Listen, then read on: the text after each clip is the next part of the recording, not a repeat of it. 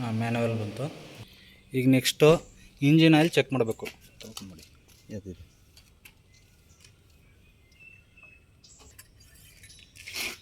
Clean ಮಾಡ್ಕೊಳ್ಳಿ. ಹಾಕಿ ಈಗ ತೆಗೀರಿ. ಎಷ್ಟಿದೆ? ಮೀಡಿಯಮ್ ಇದೆ. ಹಾಕಿ. ನೆಕ್ಸ್ಟು ರೇಡಿಯೇಟರ್ ವಾಟರ್ ಚೆಕ್ ಮಾಡಬೇಕು.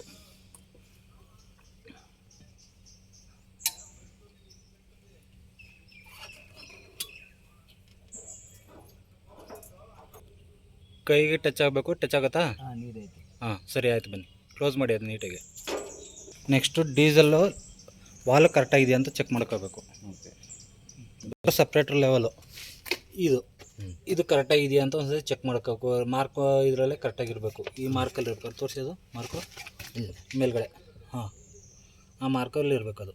Tank level, diesel tank level ಎಷ್ಟಿದೆ ಅಂತ ಅಂದ್ಬಿಟ್ಟು ಚೆಕ್ ಮಾಡ್ಕೋಬೇಕು. ಇದರಲ್ಲಿ 690 ಲೀಟ್ರ್ ಇರುತ್ತೆ. ಇಲ್ಲಿ 690 ಲೀಟ್ರ್ ಅಲ್ಲೇ ಬರುತ್ತೆ. ಏನೇ ಒಂದು ಲೀಕೇಜ್ ಇದೆಯಾ ಚೆಕ್ ಮಾಡ್ಕೋಬೇಕು ಇಲ್ಲಿ. ಹಾಂ ಏನಾದ್ರು ಲೀಕೇಜ್ ಇದೆಯಾ, ವಾಲ್ಗಳ್ದು ಇದು ಕರೆಕ್ಟಾಗಿದೆಯಾ ಎಲ್ಲ ಚೆಕ್ ಮಾಡ್ಕೋಬೇಕು. ಈ ಕಡೆ ಕರೆಕ್ಟಾಗಿದೆಯಾ ಅಂತ ಚೆಕ್ ಮಾಡ್ಕೋಬೇಕು. ನೆಕ್ಸ್ಟು ಹಂಗೆ ಡಸ್ಟು ಕ್ಲೀನಾಗಿದೆಯಾ ಇಲ್ವಾ, ಕ್ಲೀನಾಗಿಲ್ಲ ಅಂದರೆ ಕ್ಲೀನ್ ಮಾಡ್ಕೋಬೇಕು ಡಸ್ಟ್ಗಳನ್ನೆಲ್ಲ. ನೆಕ್ಸ್ಟು ಬ್ಯಾಟ್ರಿ ವೋಲ್ಟೇಜು ಚೆಕ್ ಮಾಡಬೇಕು.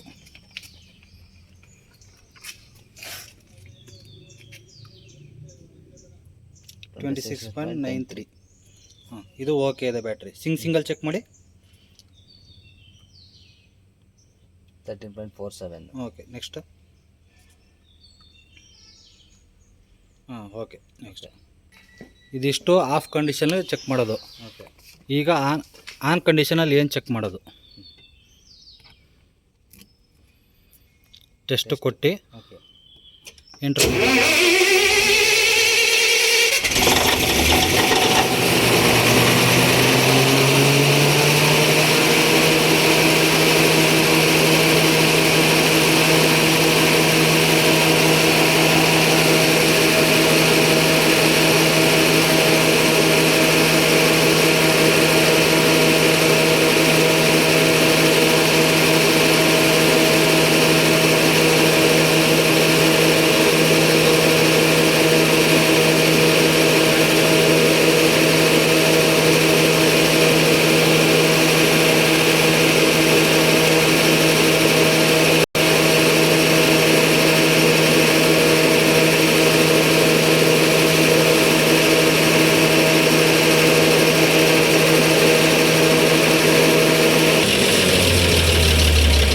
ಆಫ್ ಕಂಡೀಷನ್ ಆದಮೇಲೆ ಇದನ್ನು ಆಟಾಗಿ ಇಡಬೇಕು.